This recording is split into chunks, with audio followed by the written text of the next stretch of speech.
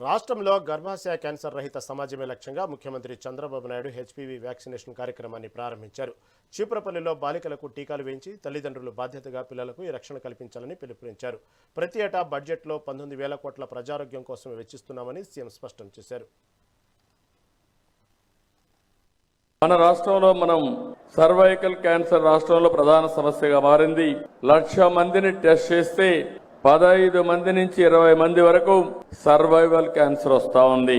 ఇది రాకుండా ఉండాలి అంటే ఒక వ్యాక్సిన్ ఇవ్వాలి. ఆ వ్యాక్సిన్ పేరే హెచ్పివి, హ్యూమన్ పాపిలోమా వైరస్. ఈ వ్యాక్సిన్ ఇచ్చే పరిస్థితికి వచ్చాం. ఈ వ్యాక్సిన్ కు మామూలుగా అయితే 4,000 రూపాయలు ఖర్చు అవుతుంది. ప్రభుత్వం దీన్ని 400 రూపాయలకు కొని అందరికీ వ్యాక్సిన్ ఇచ్చే బాధ్యత అటు కేంద్రం ఇటు రాష్ట్రం తీసుకున్నామని చెప్పి మీ అందరికి విజ్ఞప్తి చేస్తున్నా.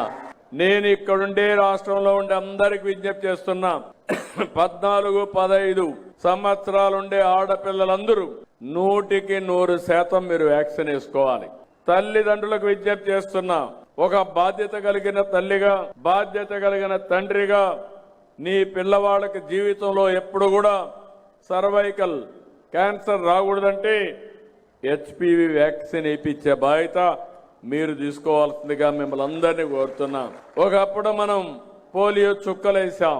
అంతమును పోలియో చుక్కలు వేయకుండా ఉన్నప్పుడు చాలా మంది సక్రమంగా పుట్టినా ఈ పోలియో ఇంపాక్ట్ తో వికలాంగులుగా తయారయ్యే పరిస్థితి వచ్చారు.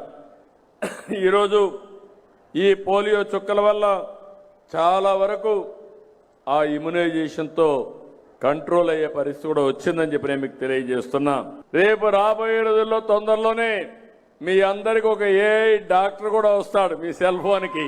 మీ సెల్ ఫోన్లో ఏఐ డాక్టర్ వస్తే నువ్వు ఏం తినాలి, ఏమి తినకూడదు, మెడిసిన్ ఎట్టేసుకోవాలి.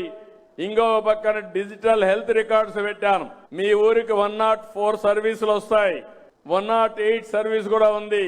అది ఎమర్జెన్సీ కింద వస్తే మీ ఊరికే పంపించి మీ క్లినికల్ టెస్టులు కూడా చేసి దగ్గర ఎవరైతే అనారోగ్యంగా ఉన్నారో వాళ్ళందరి కూడా మెడికల్ టెస్టులు చేస్తున్నాం. ఆ రికార్డ్ అంతా పెడతాం.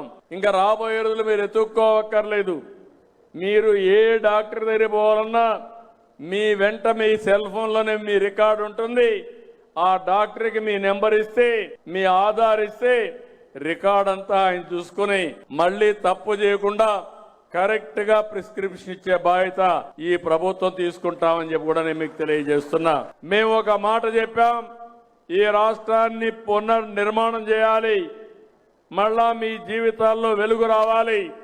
మమ్మల్ని నమ్మండి, ఓటేయండి అని చెప్తే 194 సీట్లు గెలిపించారు. విజయనగరం జిల్లా 11కు 11 గెలిపించారు. శ్రీకాకుళం జిల్లాలు స్వీప్ చేశాయి. ఆ రోజు పరిస్థితి చాలా అధ్వానమైన పరిస్థితి. ఇప్పుడు మీరు ఫ్రీగా చప్పట్లు కొడుతున్నారు. అప్పుడు చప్పట్లు కూడా కొట్టడానికి వీలు లేదు, నవ్వడానికి వీలు లేదు, ఎండల్లో సురక్షితంగా ఉండడానికి వీలు లేదు. మన భూములు మన దగ్గర ఉంటాయో లేదో తెలియదు. అవునా కాదా? రౌడీయిజం పరాకాష్ఠకి వెళ్ళింది. కడాన నాలాంటి వాడికి పరిస్థితి ఏమైందో మీరే చూశారు. ఒకరోజు సాయంత్రం వచ్చి నన్నే తీసుకు జైల్లో పెట్టే పరిస్థితికి వచ్చారంటే ఇంకా మీరు ఒక లెక్క అని అడుగుతున్నా.